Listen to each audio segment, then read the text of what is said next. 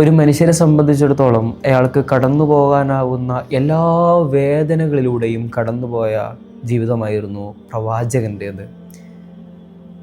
വളരെ ചെറിയ പ്രായത്തിൽ തന്നെ ഉമ്മയും ഉപ്പയും നഷ്ടപ്പെടുന്നു. എത്രയോ മക്കളെ സ്വന്തം കൈകൊണ്ട് പ്രവാചകന് ഖബറടക്കേണ്ടി വരുന്നു. പ്രവാചകർ സല്ലല്ലാഹു അലൈഹി വസല്ലമ തങ്ങളുടെ ജീവിതത്തിൽ ഏറ്റവും കൂടുതൽ വേദനിച്ച ദുഃഖവർഷം എന്നറിയപ്പെടുന്ന വർഷമായിരുന്നു നുബുവത്തിൻ്റെ 10-ാം വർഷം. പ്രവാചകർ സല്ലല്ലാഹു അലൈഹി വസല്ലമ തങ്ങൾക്ക് ആ നുബുവത്തിൻ്റെ ചൂടുള്ള മരുഭൂമിയുടെ അനുഭവങ്ങളിൽ നിന്ന് താങ്ങും തണലും ആശ്രയവുമായി നിന്നിരുന്ന രണ്ടുപേർ, അബൂ ത്വാലിബും ഖദീജ ബീവിയും, ദിവസങ്ങളുടെ വ്യത്യാസത്തിൽ പ്രവാചകനെ തനിച്ചാക്കി കടന്നുപോയ ആ വേദനയുടെ ആ ദുഃഖവർഷത്തിൻ്റെ കഥ അത് വളരെ വേദനിപ്പിക്കുന്നതാണ്. നുബുവത്തിൻ്റെ 10-ാം വർഷം ഒരു റജബ് മാസത്തിലാണ് പ്രവാചകർ സല്ലല്ലാഹു അലൈഹി വസല്ലമ തങ്ങളുടെ ആശ്രയമായി നിലകൊണ്ടിരുന്ന അബൂ ത്വാലിബ് ഈ ലോകത്തോട് വിട പറയുന്നത്. ഉപരോധത്തിന് ശേഷം 5-6 ആഴ്ചകൾക്ക് ശേഷമായിരുന്നു അബൂ ത്വാലിബിൻ്റെ വിയോഗം സംഭവിക്കുന്നത്. ഉപരോധത്തിൽ ഏറെ നാൾ പട്ടിണി കിടന്നും ഭക്ഷണവുമില്ലാതെ ശോഷിച്ച കാരണത്താൽ അവരുടെയൊക്കെ ആരോഗ്യനില അത്രമേൽ മോശമായിരുന്നു. അതിനെ തുടർന്നാണ് ഒരുപാട് പേരുടെ മരണം ആ കാലയളവിലായിട്ട് സംഭവിക്കുന്നത് ചരിത്രത്തിൽ നമുക്ക് കാണാൻ സാധിക്കും. പ്രവാചകർ സല്ലല്ലാഹു അലൈഹി വസല്ലമ തങ്ങളെ സംബന്ധിച്ചിടത്തോളം അബൂ ത്വാലിബിൻ്റെ വേർപാട് സഹിക്കവയ്യാത്ത വേദനയുടെ ദിവസങ്ങളായിരുന്നു. കാരണം എല്ലാവരും പ്രവാചകനെ കള്ളനാക്കി തള്ളിപ്പറഞ്ഞ് മക്കയിൽ നിന്ന് ആട്ടിയോടിക്കാൻ വരെ ശ്രമിക്കുമ്പോഴും തൻ്റെ കൂടെ നിന്നിരുന്ന അബ്ദുൽ മുത്തലിബിൻ്റെ വിയോഗത്തിന് ശേഷം 8-ാം വയസ്സ് മുതൽ പ്രവാചകൻ്റെ സംരക്ഷകനായിട്ട് പ്രവാചകൻ്റെ അടുത്തേക്ക് എത്തുന്നതാണ് അബൂ ത്വാലിബ്. എല്ലാ ജീവിത സാഹചര്യങ്ങളിലും പ്രവാചകർ സല്ലല്ലാഹു അലൈഹി വസല്ലമ തങ്ങൾ പ്രബോധന ദൗത്യം ഏറ്റെടുത്ത് മക്കയിലേക്ക് ആദ്യകാലം മുതൽ അവതരിച്ച അന്ന് മുതൽ മക്ക ഖുറൈശികൾ നിരന്തരം അബൂ ത്വാലിബിൻ്റെ അടുത്തേക്ക് വരുന്നുണ്ട്. പലവിധ പ്രലോഭനങ്ങളുമായിട്ട്, പലവിധ മോഹന വാഗ്ദാനങ്ങളുമായിട്ട് വരുന്നുണ്ട്. ആദ്യം വന്നിരുന്നത്, നിങ്ങൾ നിങ്ങളുടെ മകനെ പ്രവാചകർ സല്ലല്ലാഹു അലൈഹി വസല്ലമ തങ്ങളെ മര്യാദ പഠിപ്പിക്കണം, ഞങ്ങളുടെ ദൈവങ്ങളെയും പ്രപിതാക്കന്മാരുടെ മതത്തെയൊക്കെ തള്ളി പറഞ്ഞുകൊണ്ടാണ് മുഹമ്മദ് മക്കയിൽ ഇപ്പോൾ നടന്നുകൊണ്ടിരിക്കുന്നത്, അത് അവസാനിപ്പിക്കണമെന്ന് പറഞ്ഞുകൊണ്ട് പലവട്ടം അബൂ ത്വാലിബിനെ വന്ന് സമീപിക്കുന്നുണ്ട്. അതിനുശേഷം അവർ വന്നിട്ട് പറയുന്നത്, ഞങ്ങൾ നിങ്ങൾക്ക് മക്കയിലെ നല്ല ഒരു മകനെ നിങ്ങൾക്ക് മുഹമ്മദിന് പകരമായിട്ട് തരാം, മുഹമ്മദിനെ ഞങ്ങൾക്ക് വിട്ടുതരണം, അവനെ ഞങ്ങൾ കൊന്നുകളയാമെന്ന് പറഞ്ഞിട്ടാണ്. ആ സമയത്തെല്ലാം അവർക്ക് തക്കതായ മറുപടി കൊടുത്ത് ആ അവസരത്തിലൊക്കെ പ്രവാചകൻ അത്രത്തോളം സംരക്ഷിച്ച് തൻ്റെ ജീവിതത്തോട് ചേർത്ത് പിടിച്ച ജീവിത സാഹചര്യങ്ങളുടെ കഥയാണ് അബൂ ത്വാലിബ് ഉടനീളം ചരിത്രത്തിൽ നമ്മോട് പറഞ്ഞു വെക്കുന്നത്. പ്രവാചകർ സല്ലല്ലാഹു അലൈഹി വസല്ലമ തങ്ങളുടെ അടുത്ത് നിന്നുകൊണ്ട് ഈ മക്ക ഖുറൈശികൾ ഇങ്ങനെ പറയുമ്പോൾ പ്രവാചകനടുത്തേക്ക് വിളിച്ചിട്ട് അബൂ ത്വാലിബ് ചോദിക്കുന്നുണ്ട്, അങ്ങനെ ആളുകൾ ഇതുപോലെ നിരന്തരം എൻ്റെ അടുത്തേക്ക് വരുന്നുണ്ട്, ഞാൻ എന്താണ് ചെയ്യേണ്ടത്? ആ സമയത്ത് അബൂ ത്വാലിബിനോട് പ്രവാചകർ സല്ലല്ലാഹു അലൈഹി വസല്ലമ തങ്ങൾ പറയുന്നുണ്ട്, എൻ്റെ വലത് കൈയിൽ സൂര്യനും ഇടത് കൈയിൽ ചന്ദ്രനും നിങ്ങൾ കൊണ്ടുതന്നാലും ഈ ദൗത്യത്തിൽ ഞാൻ പിന്മാറില്ല എന്ന് പ്രവാചകൻ പറയുമ്പോൾ അബൂ ത്വാലിബ് അതിന് മറുപടി പറയുന്നത് ഇങ്ങനെയാണ്, നീ നിൻ്റെ മാർഗത്തിലൂടെ തന്നെ മുന്നോട്ട് പോവുക, ഏതവസരത്തിലും ഞാൻ നിൻ്റെ കൂടെ തന്നെ ഉണ്ടാവുമെന്ന ഉറച്ച നിലപാടിലായിരുന്നു അബൂ ത്വാലിബ്. അത്രത്തോളം പ്രവാചകർ സല്ലല്ലാഹു അലൈഹി വസല്ലമ തങ്ങളെ ശത്രുക്കളുടെ ക്രൂരമായ പീഡനങ്ങളിൽ നിന്ന് സംരക്ഷിക്കാൻ വയോവൃദ്ധനായിരിക്കുന്ന സമയത്ത് പോലും അബൂ ത്വാലിബ് മുന്നിലുണ്ടായിരുന്നു എന്നുള്ളതാണ് നാം അടിവരായിട്ട് വായിക്കേണ്ടത്. മറ്റൊരുപാട് ബന്ധുക്കൾ പോലും, അബൂ ലഹബ് ഉണ്ട് അവിടെ, അവരൊക്കെ അബൂ ത്വാലിബിൻ്റെ മകനായിട്ട് പോലും പ്രവാചകനെ തള്ളിപ്പറയാനും എതിർക്കാനൊക്കെ മുന്നിട്ട് ഇറങ്ങുമ്പോഴും പ്രവാചകർ സല്ലല്ലാഹു അലൈഹി വസല്ലമ തങ്ങളോടുള്ള അതിയായ സ്നേഹം ഒന്നുകൊണ്ട് മാത്രം ശത്രുക്കളുടെ ഈ പീഡനങ്ങളിൽ നിന്നെല്ലാം സംരക്ഷിച്ച് ഒരു തണൽ മരമായി, ഒരു കാവൽ മാലാഖയായിട്ട് അവതരിച്ചിരുന്ന അബൂ ത്വാലിബാണ് ഈ നുബുവത്തിൻ്റെ 10-ാം വർഷം ഇത്തരത്തിലൊരു നിർണായക സാഹചര്യത്തിൽ വെച്ചുകൊണ്ട് പ്രവാചകനെ വിട്ടു പോകുന്നത്. പ്രവാചകനത് സഹിക്കാൻ വയ്യാത്ത വേദനയായിരുന്നു. അബൂ ത്വാലിബിൻ്റെ അവസാന അവസരത്തിൽ, ആ ജീവിതത്തിൻ്റെ അവസാന ഘട്ടത്തിൽ മരണമാസന്നമായി കിടക്കുന്ന സമയത്ത്, അബൂ ത്വാലിബിൻ്റെ വീട്ടിലായിരിക്കുന്ന സമയത്ത് പ്രവാചകർ സല്ലല്ലാഹു അലൈഹി വസല്ലമ തങ്ങൾ വീട്ടിലേക്ക് ചെല്ലുമ്പോൾ അവിടെ ഖുറൈശി പ്രമുഖരെല്ലാവരും ഒരുമിച്ച് കൂടിയിരിക്കുകയാണ്. പ്രവാചകൻ ആ സമയത്ത് അബൂ ത്വാലിബിനോട് പറയുന്നുണ്ട്, ഖുൽ ലാ ഇലാഹ ഇല്ലല്ലാഹ്. ആ സമയത്ത് പോലും അദ്ദേഹം പരസ്യമായിട്ട് ഇസ്ലാമിലേക്ക് കടന്നു വന്നിട്ടില്ല എന്നതുകൂടെ നാം അവിടെ അടിവരയിട്ട് വായിക്കേണ്ട ഒരു വസ്തുതയാണ്. ആ സമയത്തൊന്നും അദ്ദേഹം പരസ്യമായിട്ട് ഇസ്ലാം പ്രഖ്യാപിച്ചിട്ടില്ല. ആ അവസരത്തിൽ മരണത്തിൻ്റെ അവസാന സമയത്ത് കടക്കുമ്പോൾ പോലും പ്രവാചകൻ അബൂ ത്വാലിബിനോട് പറയുന്നത്, നിങ്ങൾ ഒന്ന് ഷഹാദത്ത് കലിമ ചൊല്ലണം, നിങ്ങൾ ഇസ്ലാമിലേക്ക് കടന്നു വരണമെന്നാണ്. ആ സമയത്ത് അവിടെ കൂടി നിൽക്കുന്ന മക്കാ മുശ്രിക്കുകൾ, അബൂ ജഹൽ അടക്കമുള്ള, അബൂ ലഹബ് അടക്കമുള്ള ആളുകൾ പറയുന്നുണ്ട്, ഈ അവസാന നിമിഷത്തിൽ നിങ്ങൾ വഴി വെച്ചു പോവുകയാണോ, അബ്ദുൽ മുത്തലിബിൻ്റെ മാർഗം വിട്ടു പോവുകയാണോ എന്നൊക്കെ ചോദിക്കുന്നുണ്ട്. ആ സമയത്ത് അവസാനമായിട്ട് അദ്ദേഹത്തിൻ്റെ അവസാന വാക്യം എന്നുള്ളത് അല മില്ലത്തി അബ്ദുൽ മുത്തലിബ് എന്നാണ്. ഞാൻ അബ്ദുൽ മുത്തലിബിൻ്റെ കൂടെ തന്നെയാണ്. പ്രവാചകർ സ്വല്ലല്ലാഹു അലൈഹി വസല്ലം തങ്ങൾ വളരെ വേദനയോടെ ആ മറുപടി കേട്ടിട്ട് തിരിച്ച് വീട്ടിലേക്ക് പോവാണ്. കുറച്ച് സമയങ്ങൾ കഴിഞ്ഞപ്പോഴേക്കും സ്വന്തം മകനായ അലി റളിയല്ലാഹു അൻഹു പ്രവാചകനോട് വന്നിട്ട് പറയുന്നു, ഉപ്പ ഈ ലോകത്തോട്ട് വിട പറഞ്ഞിട്ടുണ്ട്. പ്രവാചകർ സ്വല്ലല്ലാഹു അലൈഹി വസല്ലം തങ്ങൾക്ക് വളരെയേറെ വേദനകൾ സമ്മാനിച്ചൊരു നിമിഷമായിരുന്നത്. ഒന്നാമത് സംരക്ഷകനായിട്ടുണ്ടായിരുന്ന അബൂ ത്വാലിബ് ഈ ലോകത്തോട് വിട പറയുന്നു. അദ്ദേഹം പരസ്യമായിട്ട് ഇസ്ലാം സ്വീകരിച്ചിട്ടില്ല എന്നതുകൂടെ പ്രവാചകൻ അത്രത്തോളം വേദനിപ്പിച്ചൊരു ജീവിത സാഹചര്യമായിരുന്നു. വർഷങ്ങൾക്കിപ്പുറം അബൂബക്കർ തങ്ങൾ അവിടുത്തെ പിതാവായിരുന്ന അബൂ കുഹാഫയെയും കൂട്ടിയിട്ട് പ്രവാചകൻ്റെ അടുത്തേക്ക് ഇസ്ലാം സ്വീകരിക്കാൻ വരുന്ന ഒരു മനോഹരമായ കാഴ്ചയുണ്ട് ചരിത്രത്തിൽ. അബൂബക്കർ തങ്ങളുടെ വലിയ ആഗ്രഹമായിരുന്നു അവരുടെ പിതാവ് മുസ്ലിം ആവണമെന്ന്. അവിടുത്തെ ഉമ്മ മുസ്ലിമായ ഒരു മനോഹരമായ കഥ നമ്മൾ കഴിഞ്ഞ വീഡിയോയിലൂടെ ചർച്ച ചെയ്തിരുന്നു. പ്രവാചകർ സ്വല്ലല്ലാഹു അലൈഹി വസല്ലം തങ്ങളുടെ ജീവിതം തുടക്കം മുതൽ അവസാനം വരെ ചർച്ച ചെയ്യുന്ന പ്രവാചകൻ്റെ മുഹമ്മദ് എന്ന സീരീസിലൂടെയാണ് നമ്മൾ സഞ്ചരിച്ചുകൊണ്ടിരിക്കുന്നത്. ഇതിന് മുൻപുള്ള വീഡിയോസൊക്കെ കാണാത്തവർ ആ വീഡിയോ ഒക്കെ കണ്ടിട്ട് ഇവിടേക്ക് വരാമെന്ന് കൂടെ സ്നേഹത്തോടെ ഓർമ്മപ്പെടുത്തുന്നു. ആ സമയത്ത് നമ്മൾ അബൂബക്കർ തങ്ങളുടെ ഉമ്മ മുസ്ലിമായ മനോഹരമായ വളരെ ഇമോഷണലായിട്ടുള്ള കഥ അവിടെ നമ്മൾ സംസാരിച്ചിരുന്നു. ഇതുപോലെ പ്രവാചകൻ്റെ അടുത്തേക്ക് അബൂബക്കർ തങ്ങൾ വളരെ വൃദ്ധനായ അബൂ ഖുഹാഫ എന്ന തൻ്റെ ഉപ്പയെയും കൂട്ടിയിട്ട് പ്രവാചകൻ്റെ അടുത്തേക്ക് ഇസ്ലാം ആശ്ലേഷണത്തിന് വേണ്ടി വരുമ്പോൾ പ്രവാചകർ സ്വല്ലല്ലാഹു അലൈഹി വസല്ലമ തങ്ങൾ വളരെ സന്തോഷത്തോടു കൂടി അവർക്ക് ഷഹാദത്ത് കലിമ ചൊല്ലിക്കൊടുക്കുന്നുണ്ട്. ആ ഷഹാദത്ത് കലിമ ചൊല്ലിയ അവസരത്തിൽ അബൂബക്കർ തങ്ങൾ ഉടനെ കരഞ്ഞു പോവാണ്. പ്രവാചകൻ അബൂബക്കർ തങ്ങളോട് ചോദിക്കുന്നുണ്ട്, എന്തിനാണ് അബൂബക്കർ നീ കരയുന്നത്, ഉപ്പ മുസ്ലിമായ സന്തോഷത്തിലാണെന്ന് ചോദിക്കുമ്പോൾ ആ സമയത്ത് അബൂബക്കർ തങ്ങൾ പറയുന്ന മറുപടി ഇതായിരുന്നു, അല്ല നബിയെ, അവിടുത്തെ അബൂ ത്വാലിബ് മുസ്ലിം ആവാതെ കലിമ ചൊല്ലാതെ വിട വാങ്ങിയതിൽ അങ്ങക്ക് എത്ര വേദനയുണ്ടായിരുന്നു എന്ന് കണ്ട ഒരാളാണ് ഞാൻ. ആ വേദനയാണ് ഇപ്പോൾ എൻ്റെ പിതാവ് ഇസ്ലാമിലേക്ക് കടന്നു വന്നപ്പോൾ അങ്ങേ എത്രത്തോളം ആ കാര്യം വേദനിപ്പിച്ചിട്ടുണ്ടാവും എന്ന് ഞാൻ ആലോചിച്ചു പോയി. അതിൻ്റെ പേരിലാണ് ഞാൻ കരഞ്ഞു പോയതെന്ന് പറയുന്ന ഏറ്റവും മികച്ച കൂട്ടുകാരൻ്റെ കഥ നമ്മളവിടെ വായിക്കുമ്പോൾ പോലും പ്രവാചകർ സ്വല്ലല്ലാഹു അലൈഹി വസല്ലമ തങ്ങളെ ഈ അബൂ ത്വാലിബിൻ്റെ വിയോഗവും അദ്ദേഹത്തിൻ്റെ പരസ്യമായ ഇസ്ലാമിക പ്രഖ്യാപനവും ഒന്നും ഇല്ലാതിരുന്നത് പ്രവാചകൻ എത്രത്തോളം വേദനിപ്പിച്ചു എന്ന് നമ്മൾ വീണ്ടും വീണ്ടും ആവർത്തിച്ച് നമ്മെ മനസ്സിലാക്കി തരുന്ന ഒരു ചരിത്ര സന്ദർഭമാണ്. അദ്ദേഹത്തിൻ്റെ മരണശേഷം പ്രവാചകർ സ്വല്ലല്ലാഹു അലൈഹി വസല്ലമ തങ്ങൾ നിരന്തരമായിട്ട് അദ്ദേഹത്തിന് വേണ്ടിയിട്ട് പാപമോചനം തേടിയിരുന്നു, അള്ളാഹുവിനോട് നിരന്തരം പ്രാർത്ഥിച്ചിരുന്നു എന്നൊക്കെ ചരിത്രത്തിൽ നമുക്ക് കാണാൻ സാധിക്കും. അക്കാലത്ത് അമുസ്ലിങ്ങളായ ആളുകൾക്ക് വേണ്ടി പ്രാർത്ഥിക്കുന്നതും അവർക്ക് പാപമോചനം ചെയ്യുന്നതൊന്നും നിഷിദ്ധമാക്കാത്ത കാലമാണത്. പിന്നീടാണ് അതിനെതിരെയുള്ള ആയത്തിറങ്ങുന്നത്. നിങ്ങളുടെ ബന്ധുക്കളാണെങ്കിൽ പോലും നിങ്ങൾ അവർക്ക് വേണ്ടി ഇതുപോലെയുള്ള പ്രാർത്ഥനകൾ നടത്തരുത് എന്ന് പറഞ്ഞുകൊണ്ട് അള്ളാഹു പഠിപ്പിക്കുമ്പോൾ പോലും പ്രവാചകർ സ്വല്ലല്ലാഹു അലൈഹി വസല്ലം തങ്ങൾ അതിനു മുമ്പ് നിരന്തരമായിട്ട് അബൂ ത്വാലിബിൻ്റെ ഇസ്ലാമുമായി ബന്ധപ്പെട്ടുകൊണ്ട് അദ്ദേഹത്തിൻ്റെ പാപമോചനവുമായി ബന്ധപ്പെട്ടുകൊണ്ട് നിരന്തരം പ്രാർത്ഥിക്കുന്നുണ്ട്. കാരണം ഇസ്ലാം വളരുന്നതിന് വേണ്ടിയിട്ട് അബൂ ത്വാലിബ് സഹിച്ച വേദനകളും യാതനകളും അത്രത്തോളമായിരുന്നു. ആ വയോവൃദ്ധനായിരിക്കുന്ന സമയത്ത് പോലും ഷുഐബ് അബൂ ത്വാലിബിലേക്ക് വന്നുകൊണ്ട് അദ്ദേഹം പരസ്യമായി ഇസ്ലാം പ്രഖ്യാപിച്ചിട്ടില്ല. ആ സമയത്ത് പോലും ബനൂ ഹാഷിമുകാരെ ഉപരോധം ഏർപ്പെടുത്തിയ സമയത്ത് അബൂ ത്വാലിബിൻ്റെ താഴ്വരയിൽ വന്നുകൊണ്ട് അദ്ദേഹം പട്ടിണി കിടന്നിട്ട് ആ ഒരൊറ്റ കാരണം കൊണ്ടാണ് അദ്ദേഹം മരിച്ചു പോകുന്നത് പോലും. അത്രത്തോളം ഇസ്ലാമിന് വേണ്ടിയിട്ട് ത്യാഗങ്ങൾ സഹിച്ച പ്രവാചകനെ സംരക്ഷിക്കാൻ വേണ്ടി ത്യാഗം ചെയ്ത വലിയ മനുഷ്യന് വേണ്ടിയിട്ട് നിരന്തരം പ്രവാചകർ സ്വല്ലല്ലാഹു അലൈഹി വസല്ലമ തങ്ങൾ ഇസ്തിഗ്ഫാർ ചൊല്ലുന്നുണ്ട്, ദുആ ചെയ്യുന്നുണ്ട്.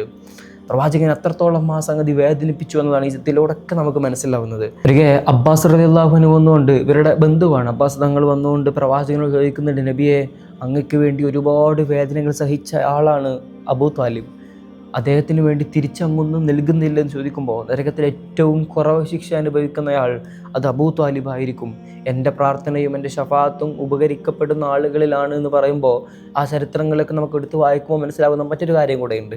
അബൂ ത്വാലിബിൻ്റെ ഈ ഒരു ഇസ്ലാമുമായി ബന്ധപ്പെട്ടുകൊണ്ട് പലവിധ ചർച്ചകൾ പലതരത്തിലവിടെ നടന്നുകൊണ്ടിരിക്കുകയാണ് പുറത്ത്. അബൂ ത്വാലിബിനെ അവിശ്വാസിയാക്കാനും നരകത്തിലേക്ക് തള്ളിയിടാനും പലതരത്തിൽ ആളുകൾ ചർച്ച ചെയ്തുകൊണ്ടിരിക്കുകയാണ് അവിടെ.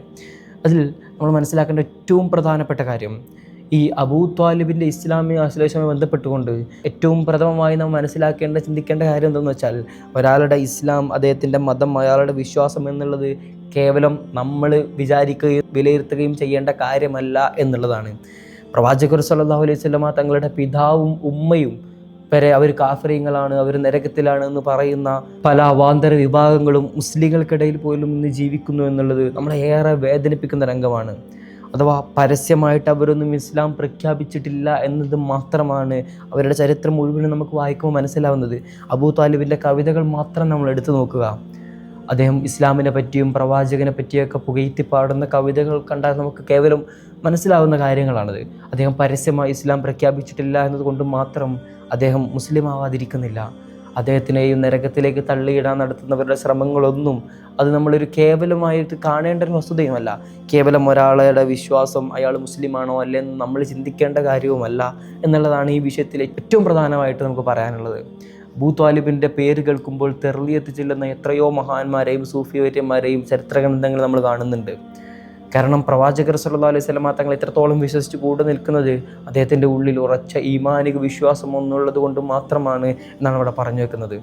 അദ്ദേഹത്തിൻ്റെ വിഷയത്തിൽ ഏറ്റവും ഉചിതമായ തീരുമാനം നമുക്ക് നിശബ്ദമായി ഇരിക്കുക എന്നുള്ളതാണ്. അത് പല പണ്ഡിതന്മാരും നമ്മോട് പറയുന്ന അഭിപ്രായം അത് തന്നെയാണ്. പ്രവാചകർ സല്ലല്ലാഹു അലൈഹി വസല്ലം തങ്ങളുടെ ഉമ്മയുടെയും ഉപ്പയുടെയൊക്കെ വിഷയത്തിൽ, അബ്ദുൽ മുത്തലിബിൻ്റെ വിഷയത്തിലൊക്കെ അവർ മുസ്ലിമാണോ അല്ലയോ എന്ന ചർച്ചയിലൊക്കെ നമ്മൾ കാണുന്ന ഏറ്റവും പ്രധാനപ്പെട്ട കാര്യമാണിത്. പ്രവാചകൻ്റെ ഉമ്മയുടെയും ഉപ്പയുടെയും വിഷയത്തിലേക്ക് വരുമ്പോൾ അവരെ വീണ്ടും പുനർജനിപ്പിച്ചു, അവരെ വീണ്ടും ഇസ്ലാമിലേക്ക് കടന്നു വന്നു എന്ന കാഴ്ചകളൊക്കെ നമ്മൾ പല ഗ്രന്ഥങ്ങളിലും കാണുന്നുണ്ട്.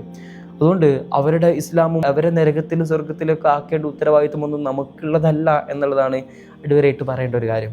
അതേ വർഷം തന്നെ പ്രവാചകർ സല്ലല്ലാഹു അലൈഹി വസല്ലം തങ്ങളെ ഇത്രമേൽ വേദനിപ്പിച്ച മറ്റൊരു സന്ദർഭം എന്നുള്ളത് ഈ അബൂ താലിബിൻ്റെ മരണശേഷം കേവലം 3 ദിവസങ്ങൾക്ക് ശേഷമാണ് പ്രവാചകർ സല്ലല്ലാഹു അലൈഹി വസല്ലം തങ്ങളുടെ സഹധർമ്മിണിയായ ഖദീജ ബീവി ഈ ലോകത്തോട് വിട പറയുന്നത്. അത് അബൂ താലിബിൻ്റെ മരണശേഷം 1-2 മാസങ്ങൾക്ക് ശേഷമാണ് എന്ന അഭിപ്രായമുള്ള പണ്ഡിതന്മാരുമുണ്ട്. വളരെ കുറഞ്ഞ സമയത്തിനുള്ളിലാണ്, നമ്മൾ നേരെ സൂചിപ്പിച്ചതുപോലെ ഉപരോധ ശേഷം ഇവരുടെ ആരോഗ്യത്തിനൊക്കെ കാര്യമായിട്ട് ബാധിച്ചിരുന്നത്. ഒരുപാട് കാലം ഇങ്ങനെ പട്ടിണി അടക്കുന്നതും ഭക്ഷണം കുറവ് ലഭിക്കുന്നതും ഈ ഭക്ഷണത്തിൻ്റെ ലഭ്യത കുറവ് മൂലം ഇവരുടെ ആരോഗ്യത്തിന് അതൊക്കെ കാര്യമായിട്ട് ബാധിച്ചിരുന്നു എന്നുള്ളതാണ് ഈ തുടരെയുള്ള മരണങ്ങൾ നമ്മെ ബോധിപ്പിക്കുന്നത്. ഉപരോധം അത്രമേൽ അവരെ കാര്യമായിട്ട് ബാധിച്ചിരുന്നു. ഖദീജ ബീവി ആ റമദാൻ മാസത്തിൽ പ്രവാചകർ സല്ലല്ലാഹു അലൈഹി വസല്ലം തങ്ങളെ വിട്ടിട്ട് പോവുകയാണ്. പ്രവാചകർ സല്ലല്ലാഹു അലൈഹി വസല്ലം തങ്ങളെ സംബന്ധിച്ചിടത്തോളം ഇത്രത്തോളം നബി വേദനിച്ച മറ്റൊരു സാഹചര്യം വേറെ ഇല്ലായിരുന്നു. തൻ്റെ 25-ാമത്തെ വയസ്സിൽ ഖദീജ ബീവിയുടെയും പ്രവാചകൻ്റെയൊക്കെ വിവാഹ സന്ദർഭങ്ങൾ നമ്മൾ നേരത്തെ വീഡിയോ ആയിട്ട് അപ്ലോഡ് ചെയ്തതാണ്. ഇത് കാണാത്ത ആളുകളൊക്കെ അത് കാണുക എന്നുള്ളത് കൂടെ ഇവിടെ ഓർമ്മപ്പെടുത്തുകയാണ്. പ്രവാചകർ സല്ലല്ലാഹു അലൈഹി വസല്ലം തങ്ങൾ 25-ാമത്തെ വയസ്സിൽ ഖദീജ ബീവിയുടെ കച്ചവടക്കാരനായിട്ട് ജോലിക്കാരനായിട്ട് വന്ന പ്രവാചകർ സല്ലല്ലാഹു അലൈഹി വസല്ലം തങ്ങളെ ഖദീജ ബീവി അക്കാലത്ത് വളരെ സമ്പന്നയായിട്ടുള്ള സ്ത്രീയായിട്ട്, വളരെ അക്കാലത്തുണ്ടായിരുന്ന ബിസിനസ് ഐക്കണായിട്ട് മക്കയിൽ വാഴുന്ന സമയമാണ്. ത്വാഹിറ എന്ന പേരിലായിരുന്നു അവർ അറിയപ്പെട്ടത് പോലും. ആ സമയത്താണ് തൻ്റെ ജോലിക്ക് വന്ന മുഹമ്മദ് സല്ലല്ലാഹു അലൈഹി വസല്ലം തങ്ങളുടെ സത്യസന്ധത ഒന്നുകൊണ്ട് മാത്രം അവർ വിവാഹം കഴിക്കാൻ വേണ്ടിയിട്ട് ബീവി താല്പര്യപ്പെടുന്നു. അതിനു മുൻപ് ഉണ്ടായിരുന്ന 2 ഭർത്താക്കന്മാരും അവരത് മരിച്ചു പോയിരുന്നു. മാത്രമല്ല അവർക്ക് ആ ബന്ധത്തിൽ മക്കളുണ്ടായിരുന്നു. ഇവരുടെ സമ്പത്തും കുടുംബ മഹിമയൊക്കെ കണ്ടിട്ട് മക്കയിലെ പല പ്രമുഖരായ മനുഷ്യരും ഖദീജ ബീവിയെ വിവാഹം ആലോചിച്ചുകൊണ്ട് വന്നിരുന്നു. ബീവി ആർക്കും താല്പര്യം പ്രകടിപ്പിച്ചിരുന്നില്ല. അങ്ങനെയാണ് ഇത്രയും സത്യസന്ധനായ പ്രവാചകനെ കണ്ടതോടെ പ്രവാചകർ വിവാഹാലോചന നടത്തുകയും പ്രവാചകൻ അതിന് സമ്മതിക്കുകയും അങ്ങനെ വിവാഹം നടക്കുന്നത്. അതുകൊണ്ട് തന്നെ ഈ മക്കയിലുണ്ടായിരുന്ന പല ഖുറൈശി പ്രമുഖരും ഖദീജ ബീവിയെയും പ്രവാചകനെയൊക്കെ പരിഹസിക്കാൻ തുടങ്ങി. ഒന്നുമില്ലാത്ത ദരിദ്രനായ അനാഥനായ മുഹമ്മദിനെയാണോ ഖദീജ ഇത്രയും സമ്പന്നയായി നീ വിവാഹം കഴിക്കുന്നത് എന്നവർ മക്കയിലുടനീളം പറഞ്ഞു നടക്കാൻ തുടങ്ങി. പ്രവാചകനത് വളരെ വിഷമായി ഈ വാർത്ത കേൾക്കുന്നത്. ഈ വിവാഹാലോചിച്ച് ഖദീജ ബീവിയുടെ സഹോദരി ഹാല പ്രവാചകൻ്റെ അടുത്തേക്ക് എത്തുമ്പോൾ തന്നെ പ്രവാചകൻ ചോദിക്കുന്നുണ്ട്, എന്തിനാണ് അവർ എന്നെ വിവാഹം ചോദിക്കുന്നത്? എൻ്റെ കയ്യിൽ പൈസയില്ല, ഞാൻ അനാഥനാണ്, ഒന്നുമില്ല എൻ്റെ കയ്യിൽ. ഇത്രയും സമ്പന്നയായ സ്ത്രീ എന്തിനാണ് എന്നെ വിവാഹം ആലോചിക്കുന്നത്? ആ സമയത്ത് അവർ പറയുന്ന മറുപടി, അങ്ങയുടെ വിശ്വസ്തതയും സത്യസന്ധതയും ഒന്നുകൊണ്ട് മാത്രമാണ് അവർ നിങ്ങൾക്ക് വിവാഹം ആലോചിച്ചിട്ടുള്ളത്. അങ്ങനെ നടന്ന ആ ബന്ധത്തിലാണ് പിന്നീട് ഇങ്ങനെ എല്ലാവരും കളിയാക്കാൻ തുടങ്ങുന്നത്. പ്രവാചകന് വളരെ വിഷമായി. ഖദീജ ബീവിയും ഈ വാർത്ത കേട്ടു. അന്ന് വിവാഹ സദ്യ ഒരുക്കി വെച്ചിട്ട് ഖദീജ ബീവി ആ നാട്ടിലുള്ള മുഴുവൻ മനുഷ്യരെയും വിളിച്ചു വരുത്തുന്നുണ്ട്. പ്രവാചകർ സല്ലല്ലാഹു അലൈഹി വസല്ലം തങ്ങൾക്കെതിരെയും ഖദീജ ബീവിക്കെതിരെയും ഇതുപോലെയുള്ള അപവാദങ്ങളും പരിഹാസങ്ങളും ചൊരിച്ച മുഴുവൻ മനുഷ്യരെയും ആ വേദിയിലേക്ക് വിളിച്ച് അവർക്ക് ഭക്ഷണം വിളമ്പിക്കൊടുത്തിട്ട് പ്രവാചകൻ്റെ കൈയും പിടിച്ചിട്ട് ഖദീജ ബീവി ആ സദസ്സിൻ്റെ മുന്നിലേക്ക് വരുന്നു. എന്നിട്ട് പറയുന്നു, ഇന്നു മുതൽ എൻ്റെ സമ്പത്തിൻ്റെ മുഴുവനും ഉത്തരവാദിത്വവും മുഹമ്മദിനുള്ളതാണ്. മുഹമ്മദ് ദരിദ്രനാണ്, ഖദീജ സമ്പന്നയാണ് എന്നാണല്ലോ നിങ്ങൾ ഇത്രയും കാലം ഇവിടെ പറഞ്ഞു നടന്നത്. എങ്കിൽ ഇന്നു മുതൽ എൻ്റെ മുഴുവൻ സമ്പത്തിൻ്റെയും ഉടമസ്ഥാവകാശം അത് പ്രവാചകൻ മുഹമ്മദ് സല്ലല്ലാഹു അലൈഹി വസല്ലം തങ്ങൾക്കുള്ളതാണ്. ഇന്നു മുതൽ മുഹമ്മദാണ് സമ്പന്നൻ, ഖദീജ ദരിദ്രയാണ് എന്ന് അത്രയും ആളുകളുടെ വായടപ്പിച്ചുകൊണ്ട് ഖദീജ ബീവി പരസ്യമായിട്ട് പ്രഖ്യാപിക്കുകയാണ്. ഇങ്ങനെ പ്രവാചകർ സല്ലല്ലാഹു അലൈഹി വസല്ലം തങ്ങൾക്ക് അവരുടെ സമ്പത്ത് മുഴുവനും നൽകുന്നു, അവരിലൂടെ മക്കളെ നൽകുന്നു, എല്ലാവിധ സംരക്ഷണ ചുമതലകളും എല്ലാവിധ സഹായങ്ങളും നൽകിയ ഖദീജ ബീവി ഇറാഖുകയുടെ തീക്ഷ്ണമായ ഭാവങ്ങളിൽ നിന്ന് ജിബ്രീലിനെ കണ്ട് പേടിച്ചുകൊണ്ട് ഓടി വരുന്ന പ്രവാചകർ സല്ലല്ലാഹു അലൈഹി വസല്ലം തങ്ങൾ, അവിടെ അബൂ ത്വാലിബുണ്ട്, ഉറ്റമിത്രമായ അബൂബക്കർ തങ്ങളുണ്ട്, മറ്റു പ്രമുഖരായ പല ആളുകളുണ്ട്. പ്രവാചകൻ അവരുടെ അടുത്തേക്ക് ഒന്നുമല്ല പോകുന്നത്. പ്രവാചകൻ സമാധാനവും ആശ്വാസവും തേടി ചെല്ലുന്നത്, ഓടി വിറച്ച് പനിച്ചുകൊണ്ട് ചെല്ലുന്നത് തൻ്റെ പ്രിയപ്പെട്ട ഭാര്യയായിട്ടുള്ള ഖദീജ ബീവിയുടെ അടുത്തേക്കാണ്.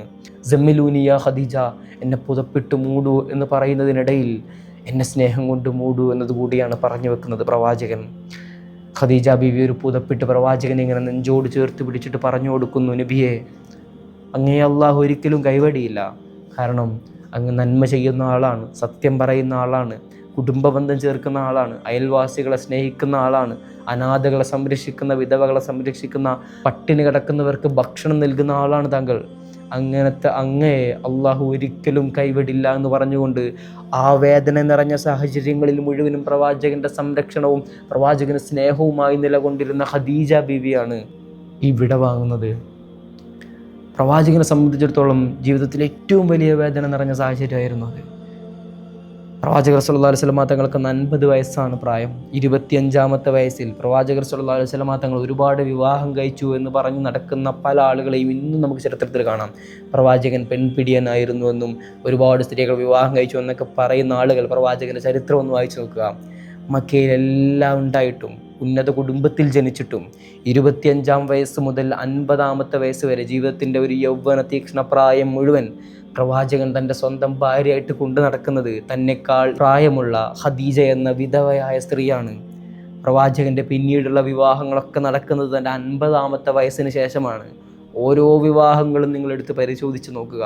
ആ അവസരത്തിലെല്ലാം അനാഥകളെ സംരക്ഷിക്കാൻ വേണ്ടി, വിധവകളെ ചേർത്ത് പിടിക്കാൻ വേണ്ടി, ഇസ്ലാമിൻ്റെ പ്രചരണത്തിന് വേണ്ടി, ഒരു കുടുംബത്തെ ചേർത്ത് പിടിക്കാൻ വേണ്ടി, ഇങ്ങനെ തുടങ്ങിയ ഒരുപാട് ഉദ്ദേശ ലക്ഷ്യങ്ങളായിരുന്നു പിന്നീട് നടന്ന എല്ലാ വിവാഹവുമെന്നും നിങ്ങൾ ഓരോ വിവാഹം എടുത്ത് പരിശോധിച്ച് നോക്കുമ്പോൾ നമുക്ക് മനസ്സിലാവും.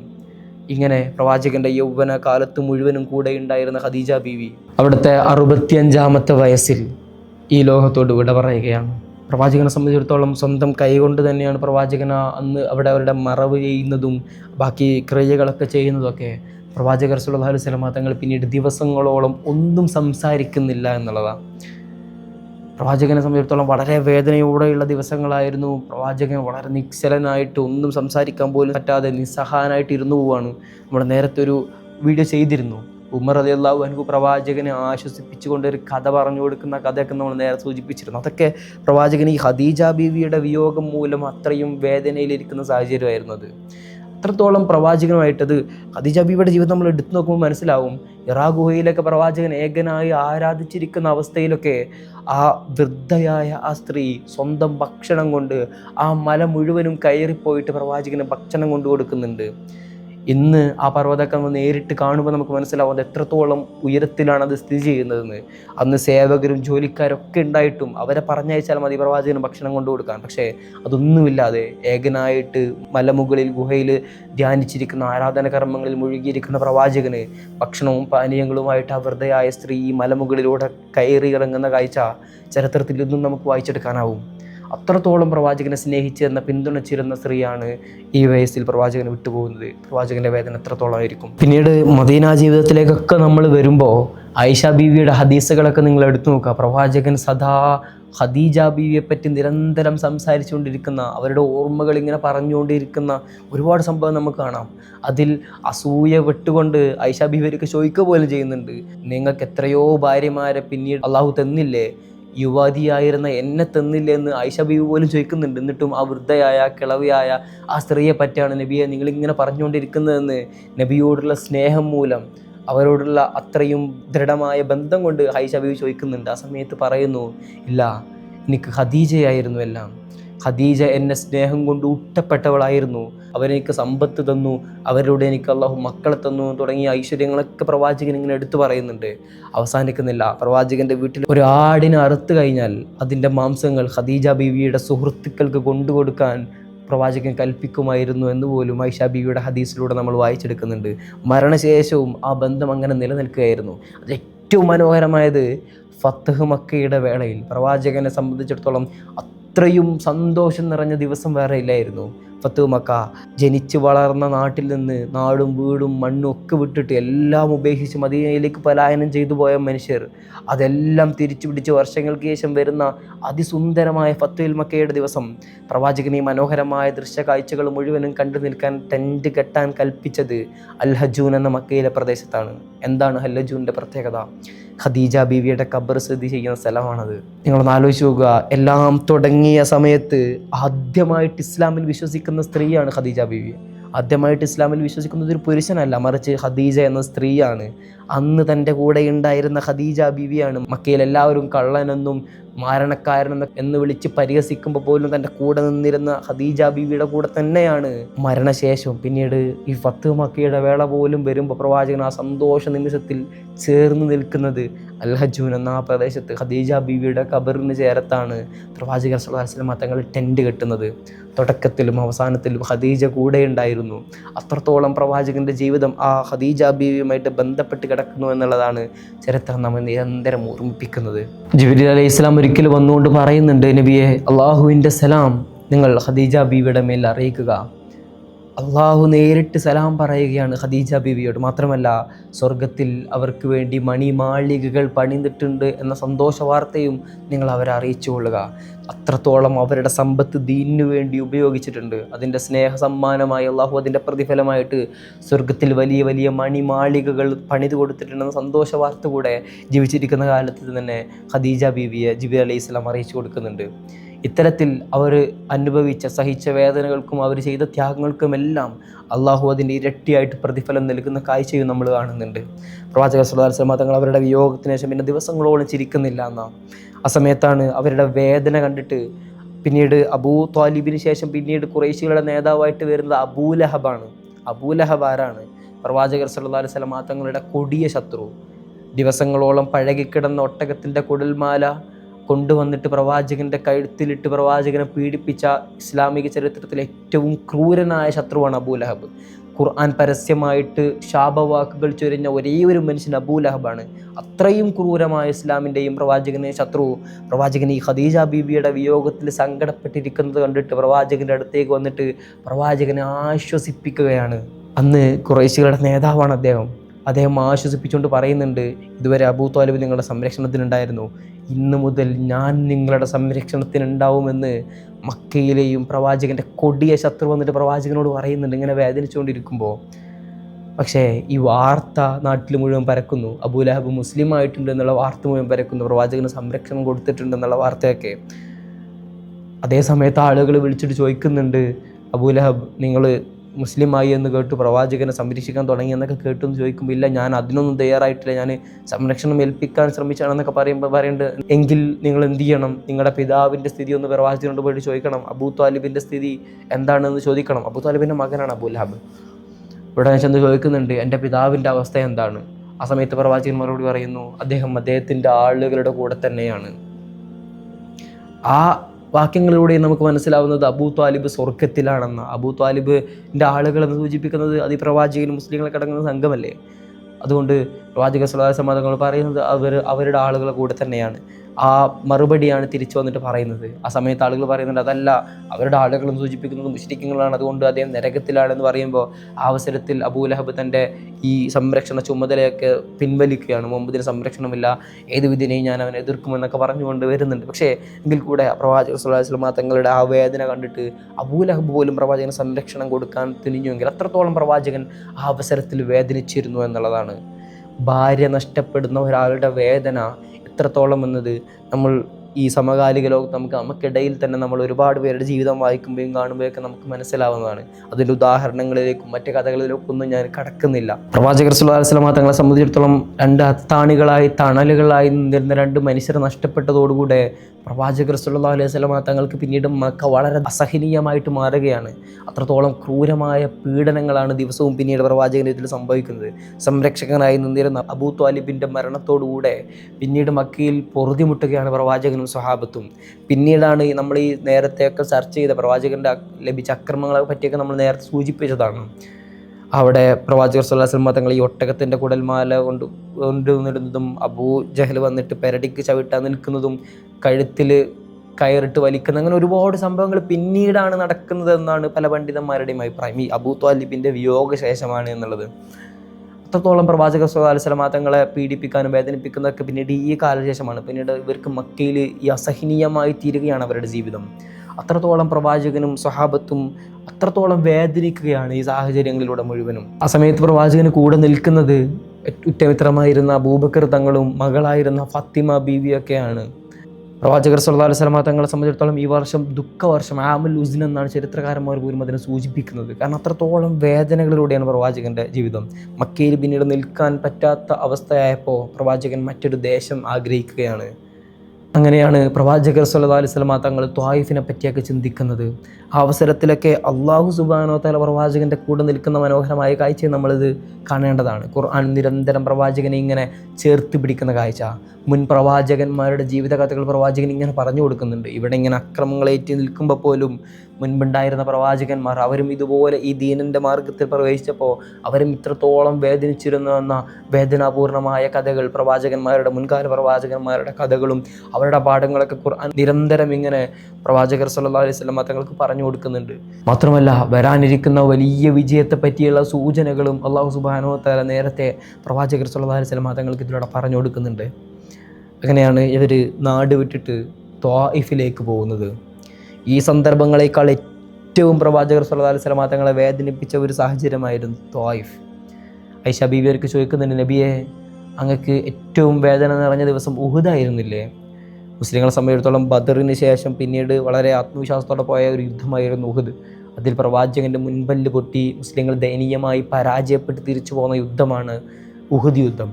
അത് കഴിഞ്ഞ് പിന്നീട് വർഷങ്ങൾക്ക് ശേഷം ഐഷ ബീവി ചോദിക്കുന്നുണ്ട്, നബി അങ്ങയുടെ ജീവിതത്തിൽ ഏറ്റവും ദുഃഖം നിറഞ്ഞത് അത് ഉഹുദല്ലേ എന്ന് ചോദിക്കുമ്പോൾ നബി തങ്ങൾ മറുപടി പറയുന്നു, അല്ല ഐഷ, അത് ത്വായിഫാണ്. എന്തായിരുന്നു ത്വായിഫിൻ്റെ കഥ? ത്വായിഫിൽ പ്രവാചകൻ സ്വല്ലല്ലാഹു അലൈഹി വസല്ലം തങ്ങൾ ഇത്രത്തോളം വേദനിപ്പിച്ചത് എന്തായിരുന്നു? അടുത്ത വീഡിയോയിലൂടെ ത്വായിഫിലെ കഥകളാണ് നമ്മളെ കാത്തിരിക്കുന്നത്. അസ്സലാമു അലൈക്കും വറഹ്മത്തുള്ളാഹി വബറകാതുഹു.